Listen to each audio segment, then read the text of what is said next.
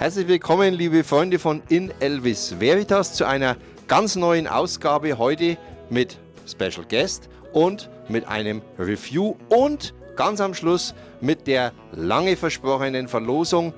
Ihr werdet heute, besser gesagt einer von euch, wird heute einen tollen Preis gewinnen, weil die Tausender Abonnentenzahl überschritten war. Und hier steht meine Lottofee. Und wie man sieht, sind wir verwandt. Das ist nämlich die Marlene, meine Tochter. Marlene, grüß dich. Hallo. Marlene wird später die Lottofee machen und wird sozusagen das Glücksrad oder den Zufallsgenerator bewegen. Und dann werden wir feststellen, wer der Gewinner sein wird. Ganz am Ende des Videos wird es die Verlosung geben. Bleibt also dran. Elvis Presley. Ja, ich habe mich mal wieder an meinen Plattenspieler von meinem Plattenregal gesetzt und ihr seht schon, ja, eine ganze Menge hier, aber ist natürlich bei weitem nicht alles. Wir kommen jetzt heute zum Review von From Elvis at Christmas. Ein interessanter Titel. Warum From Elvis at Christmas? Nun, ich denke mal, das Elvis Christmas Album, den eigentlichen Klassiker, den ich hier habe, diesen Titel, der war natürlich bereits vergeben. Und ich verweise übrigens auf mein Video, das ich über das Christmas Album gemacht habe. Alle Background-Infos dazu findet ihr in diesem Video. Ich habe es euch oben eingeblendet. Ja, also dieser Titel war wohl nicht mehr ganz zu haben. Genauso wie der hier, Elvis Christmas Album. Das ist die Ausgabe von 1970, Camden-Ausgabe. Beide Ausgaben übrigens in Mono damals erschienen von RCA. Ja, und jetzt komme ich auf das eigentliche Thema zu sprechen. Wieso kommt jetzt der Memphis Recording Service hier mit einer besonderen Veröffentlichung? Ganz einfach, wir haben es jetzt mit einer erstmaligen Stereo-Veröffentlichung zu tun, und zwar mit einer echten Stereo-Veröffentlichung. Und deshalb wirbt der Memphis Recording Service auch hier mit In Living Stereo.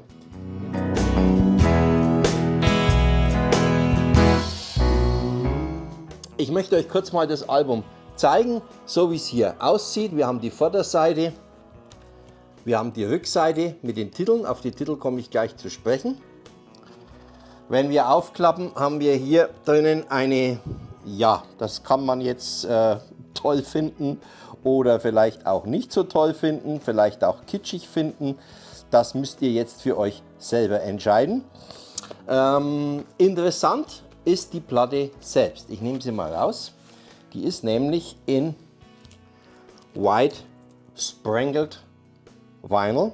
Hier ist also sozusagen der Weihnachtsschnee angetäuscht. Ich nehme sie mal aus der Hülle, dann seht ihr das ein bisschen besser. Ja, hier.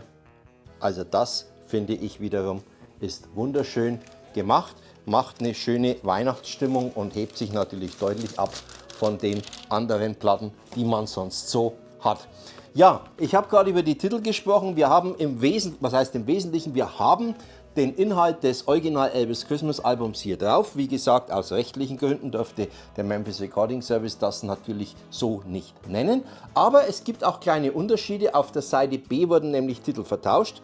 Die Seite B beginnt hier mit There Will Be Peace in the Valley for Me und dann kommt Oh Little Town of Bethlehem und dann Silent Night. Also diese Songs hier sind vertauscht. Ansonsten haben wir es mit der Originalreihenfolge zu tun. Warum das so ist, kann ich euch nicht sagen. Möglicherweise hat es auch rechtliche Gründe. Ich glaube aber eher, dass es technische Gründe hat. So, das wäre es mal zur Verpackung und zur LP selbst. Ja, wie ihr seht, liebe Freunde, habe ich mir die Kopfhörer aufgesetzt, um hier wirklich einen anständigen Review machen zu können. Habe mir das alles sehr genau durchgehört und jetzt kommt für euch der Review des Albums.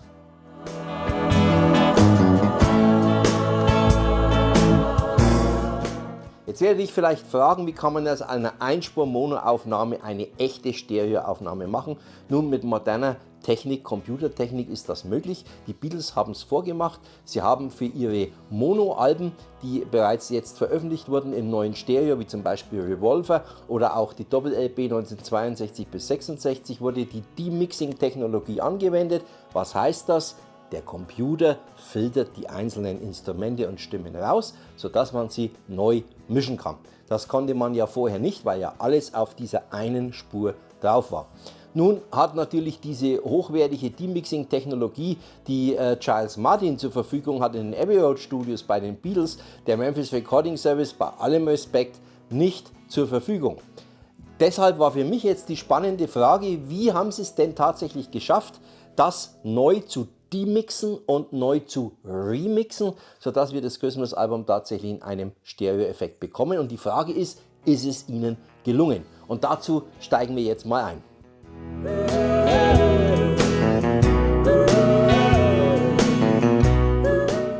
Ja, ich fange mal ganz allgemein an.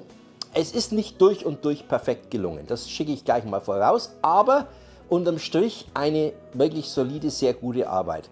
Was hat man bei dem Mix gemacht? Man hat Elvis' Stimme zentral gemischt, ein bisschen leicht nach links verschoben und man hat natürlich die Instrumente neu angeordnet. Und zwar hat man es so gemacht, dass das Piano, sehr viele Songs sind ja mit Piano-Begleitung oder auch die akustische Gitarre, hören wir auf dem rechten Ohr, auf dem rechten Kanal, und die Jordanaires und Millie Kirkham, was ja die Begleitsänger sind, hören wir auf dem linken Kanal.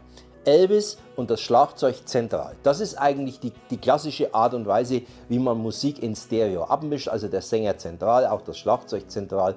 Dadurch entsteht ein guter Sound und man kann sozusagen Sänger und Einzelinstrumente dann auf den einzelnen Kanälen räumlich gut wahrnehmen. Zu begrüßen ist, dass man dieses Konzept das ganze Album über durchgehalten hat. Das finde ich schon mal sehr gut, dass man hier nicht jeden Song wieder neu abgemischt hat, wie das bei anderen Veröffentlichungen zum Teil nämlich schon gewesen war. Kommen wir mal zu den einzelnen Songs.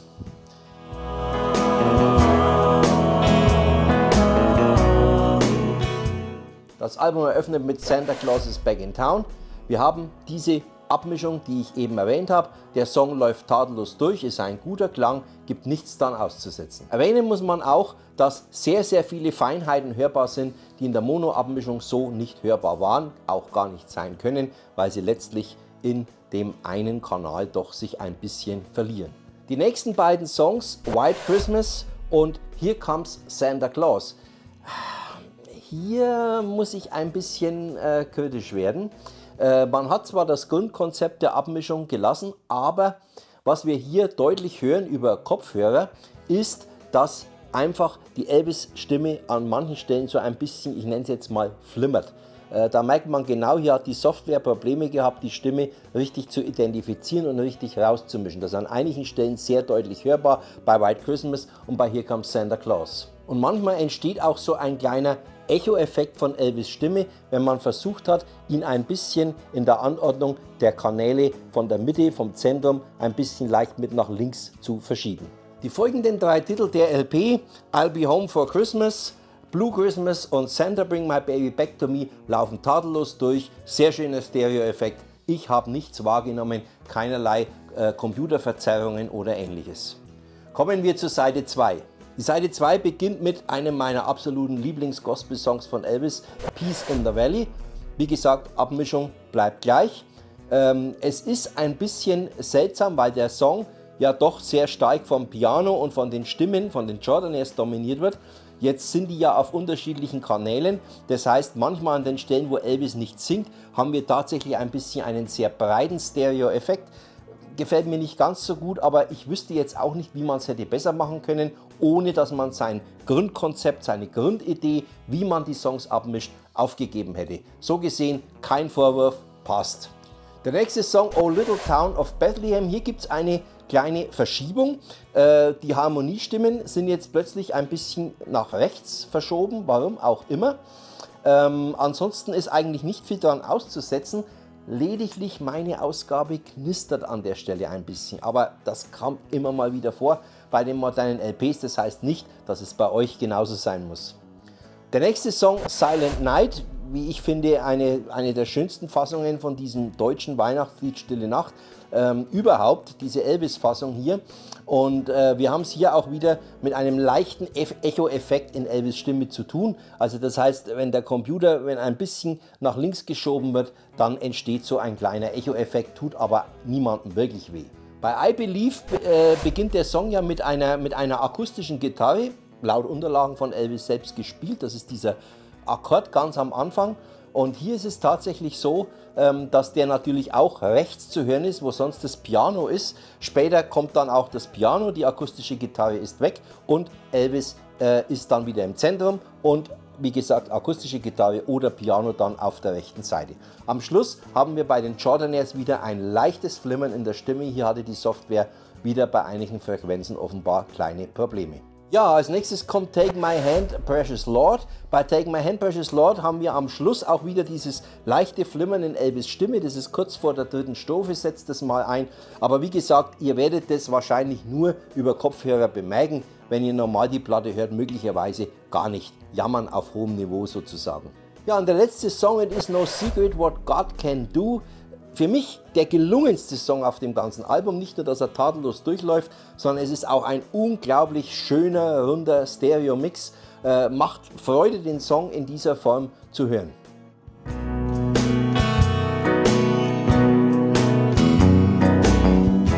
Das ist mein Fazit.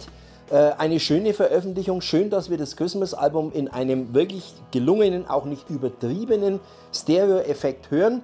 Ein paar technische Kleinigkeiten, die wohl auch der Software geschuldet sind, aber wir haben es natürlich nicht mit einem Produkt aus den Abbey Road Studios und einem Mixer Giles Martin, ohne jetzt dem Memphis Recording Service Mixer hier zu nahe treten zu wollen, zu tun. So gesehen kleine Abstriche, aber unterm Strich eine tolle Veröffentlichung. Es macht Spaß, dieses Album in dieser Weihnachtssaison aufzulegen, aber ich sage auch ganz ehrlich, ich höre nach wie vor natürlich auch sehr gerne das Original in Mono, auch das immer wieder eine Freude und schön anzuhören. So, aber jetzt kommen wir zur Verlosung.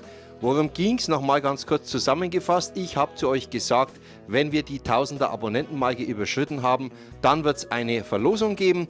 Und diese Verlosung wird euch präsentiert vom TCB Shop. Michael Bonn mit seinem tollen TCB Shop hat für euch ein super tolles Weihnachtspaket bereitgelegt. Und zwar gibt es die gerade besprochene From Elvis at Christmas Memphis Recording Service in der Vinyl-Ausgabe, in der CD-Ausgabe.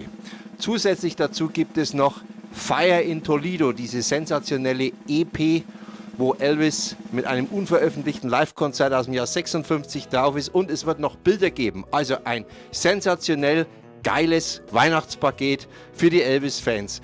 So, jetzt schreiten wir also zur Verlosung und ich gebe unserer Lottofee, der Marlene, jetzt mal hier das iPad. Wir haben einen Zufallsgenerator eröffnet. Marlene, du drückst hoffentlich allen die Daumen. Auf jeden Fall. Und wir schauen mal jetzt, wer der Sieger wird. Und auf mein Kommando wirst du den Zufallsgenerator aktivieren und dann geht's auch schon los. Auf die Plätze, fertig, los!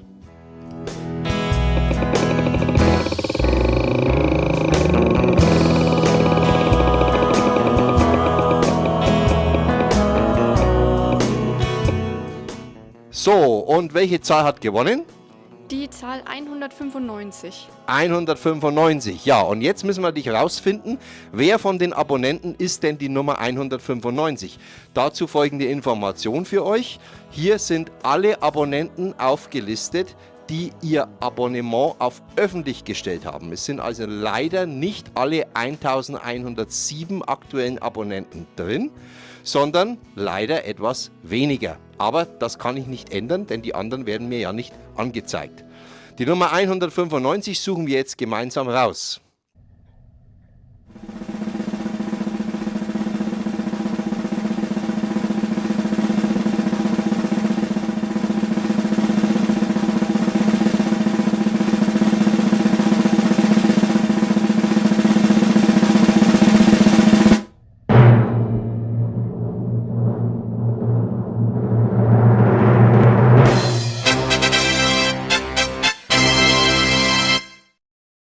So, und wir haben einen Sieger und er heißt Marco von der Name.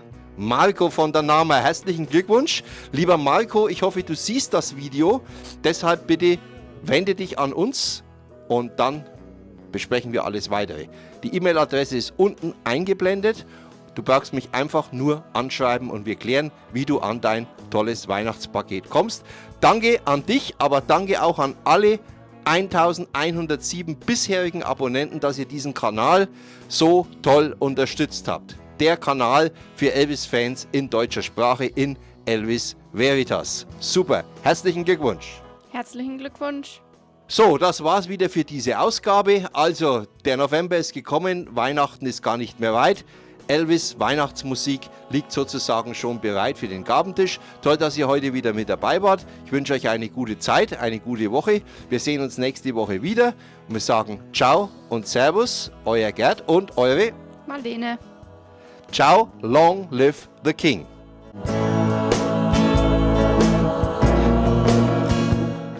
Wie heißt er denn? Marco von der Name. Marco von der Name. Thank you.